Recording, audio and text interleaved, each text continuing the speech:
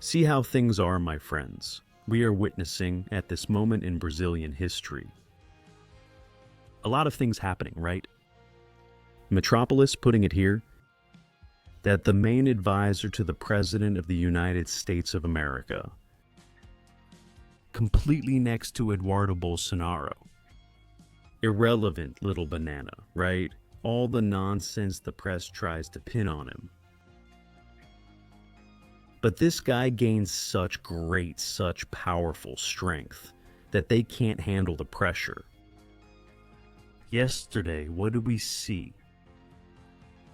Alckmin lobbied with one of the biggest crooks in corruption schemes here in our country. It's Eduardo Bolsonaro's fault. It's Bolsonaro's fault. This time, the press couldn't blame President Bolsonaro's family, and those guys are getting more and more desperate. I'm gonna share these and other stories. There's a lot to talk about here. Hit that like button, smash that like button. Join our family on the Pais e Filhos channel. Look, that's interesting, isn't it? Paulo Capelli from Metrópolis. Look guys, I need to tell you something here. Obviously, I always talk about it here, right? Not everything we see on Metrópolis will always be to our liking. But to say that the Metrópolis website, that the journalists there are hiding the truth, that's something we can't say. Because out of all the news websites and journalists, from the information we've been observing, Metrópolis is always exposing a lot of things that Globo doesn't show, Folha doesn't publish, and Estadão even less. All of those perverse ones. Look here. Trump's advisor reacts to the Supreme Federal Court's decision against Eduardo Bolsonaro. That's a fact. Paulo Capelli saw all the demonstrations. From Jason Miller, there was no way not to put this out as news, right? Let's understand. Pointed out as one of Donald Trump's main political advisors, Jason Miller, look at this. He reacted to the Supreme Federal Court's decision that made Eduardo Bolsonaro a defendant for the crime of coercion. The businessman used social media to accuse Alexandre de Moraes, the inquiry rapporteur, of destroying Brazilian democracy. And where do we fit into this? No, we're not. Brazil is living under a dictatorship, and I always say here, even worse than when they used to call it the dictatorship of the revolution of 1964. Why do I say this here? You who lived then, I'm absolutely sure that the army didn't knock on your door. You weren't put in prison. And none of those things that happened to Miriam Leitão, José Dirceu, Dilma Rousseff, and so many others. Those people had their crimes exposed. After all, they wanted to establish the dictatorship of the proletariat here. Am I right or not? That's a fact. Miller also sent a message to Bolsonaro's supporters, who haven't spoken out against the minister's decisions. Quote, Moraes ended democracy in Brazil. For those who are too timid to oppose Moraes, be warned. It's only a matter of time before he comes after you too, stated the advisor to the President of the United States. The businessman referenced Eduardo Bolsonaro's post about the Supreme Federal Court's decision. The congressman, who has lived in the United States since February, tells the column he's the victim of a witch hunt. That's a fact. It's obvious. I don't even think I need to say here why Moraes is going after Eduardo Bolsonaro. He would be the senator from São Paulo, and he still will be. Many say politics is like a cloud. From now until next year, a lot will happen, Domingo. President Bolsonaro will run as a candidate again. He won't win this thing. You can be sure. This one you're seeing right here. Eduardo Bolsonaro, senator for São Paulo. Tarcísio will remain a candidate. Tarcísio won't act foolish because he knows he needs the Bolsonaro last name to be a candidate. I still have strong trust and belief in President Bolsonaro. Here, I want to show you all. Eduardinho spoke here, right? Then look at how many posts Jason Miller, I'll put it here. He shared from Eduardo Bolsonaro, Supreme Federal Court, Alexandre Moraes. Destroyed democracy in Brazil. Eduardo Bolsonaro's speech in English. He then reposted Eduardo Bolsonaro's statement on Jovem Pan, where Eduardo says, look, Bolsonaro will still return to the presidency. I fully believe that Jair Bolsonaro will be president again. Just like Donald Trump told his son, Eric Trump, that he would get out of an impossible situation, and he did. We also face moments when we see paths, but we trust in what will happen, my friends. Look at this. Unexpected events happen, like Trump's own victory. Let's see Eduardo Bolsonaro here, what he says in this part.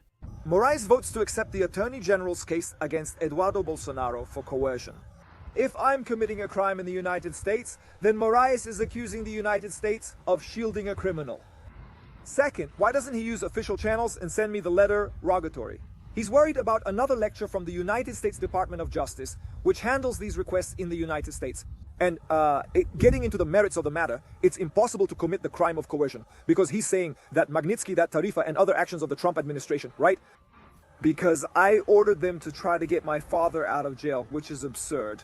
I never worked for my father's acquittal. I support amnesty to be decided by a Congress not threatened by Alexandre de Moraes. So, since the crime of coercion requires an illegal means, and the Magnitsky Act, which is not an illegal means, is a legal means here in the United States, and it's a tool that's at my disposal. And the Magnitsky Act, I don't sign it, nor do I sign Tariffs.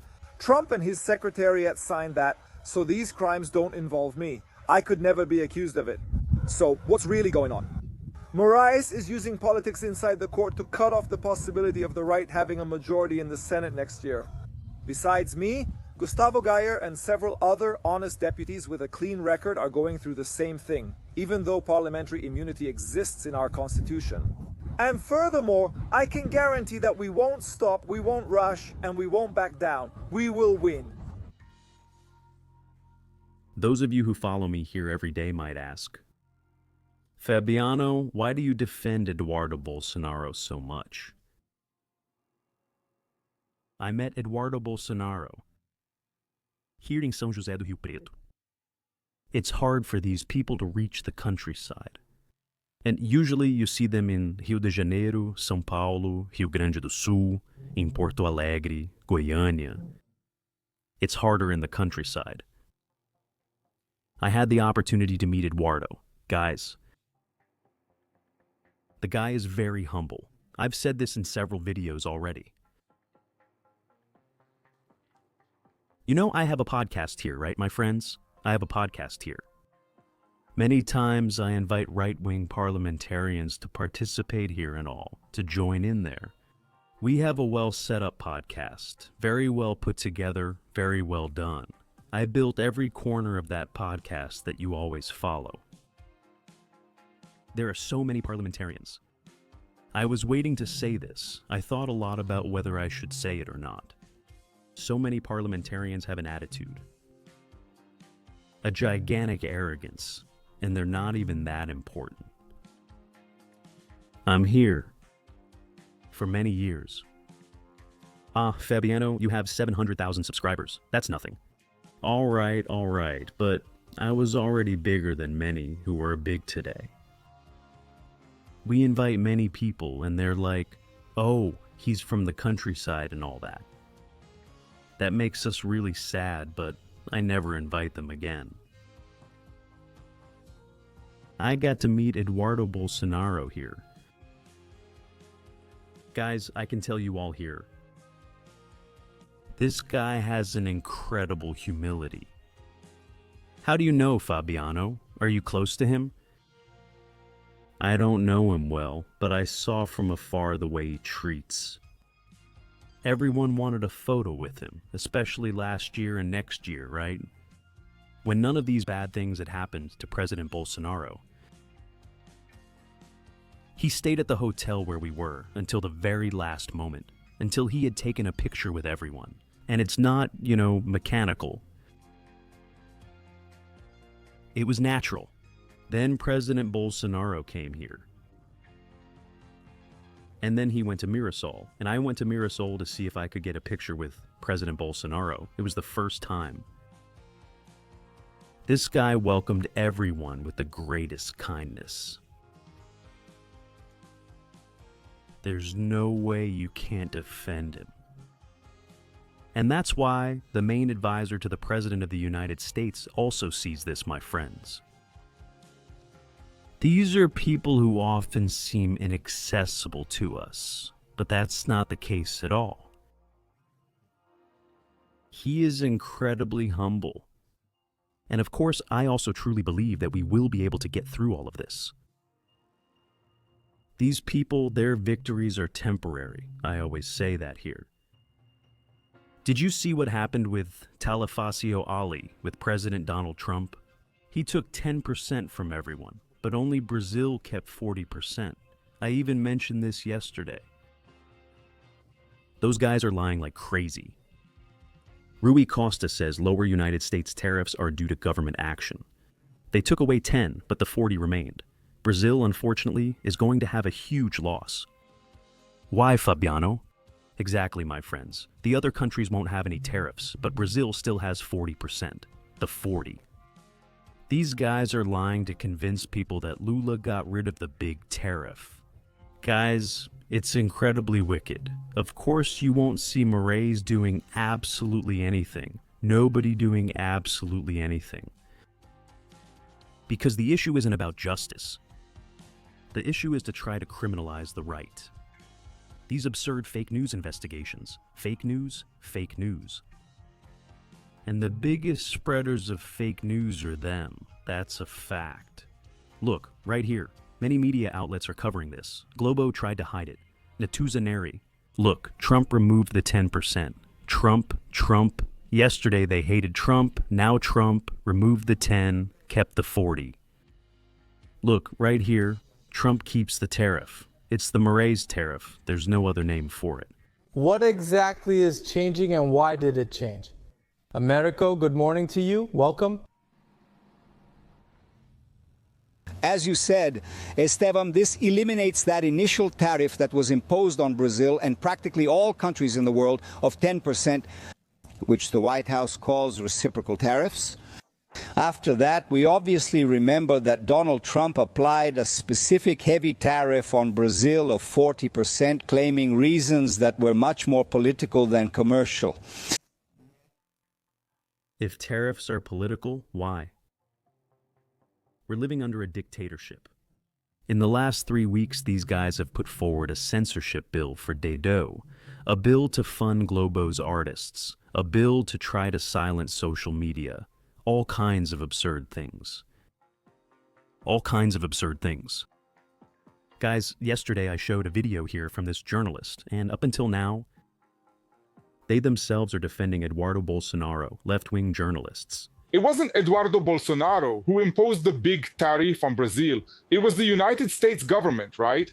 So there's just a weak connection, right? And in my view, Lili Camila, an important point. Politics is solved with politics. Brazil has an entire state apparatus through Itamaraty that could have gone earlier, right, to the United States to try, through politics, to suppress this accusation from Eduardo Bolsonaro. It didn't do it, in my view, because they didn't take seriously what Eduardo Bolsonaro could do. Then there's the second point that I think is definitive. Does Eduardo Bolsonaro really have that much power to convince such a big country, the most powerful in the world, to impose sanctions on Brazil? Right? In my view, of course not. So they're really overestimating Eduardo Bolsonaro's role in this matter. So no matter how many lies they try to spread to Brazilian society, can you see Chuchu's face there? He was there. Rui Costa was saying, "We managed to remove Trump's tariffs."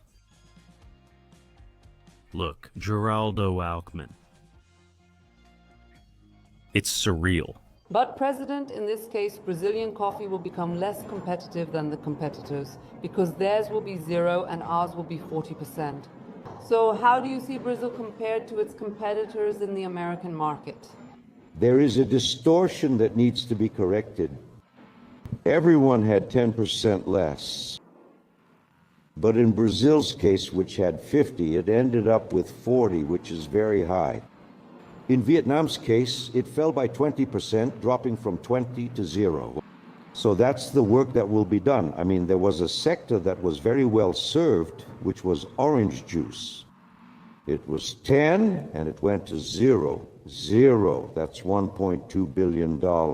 So it went to 0 with no tax at all. Coffee had a reduction of 10, but a competitor had a reduction of 20. It's right there.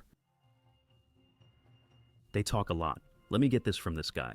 They talk so much about the fair. We're paying a high price for coffee. Just look at orange juice prices, for example. And it's still cheaper in the United States than it is for us. See how much of a scam this is? That's it, my friends. That's why we always say here, thankfully, we still have Eduardo Bolsonaro. He could live comfortably here. He didn't need to deal with any of this. But he's over there in the United States, without a bank account, all those immoral atrocities, and he's there fighting for us. Why do you think this will fight for us? The Workers' Party wants to return to the crime scene. And the guy came back too. I don't even need to say anything else, right? Everything is well explained. Please share this video. There is a lot of news and information. Those guys are desperate. There's a lot going on, for sure. We'll show it here throughout the program. Hit that like button, smash it. It helps us get more engagement here. And come on. Join our family by subscribing to the P's e Filos channel.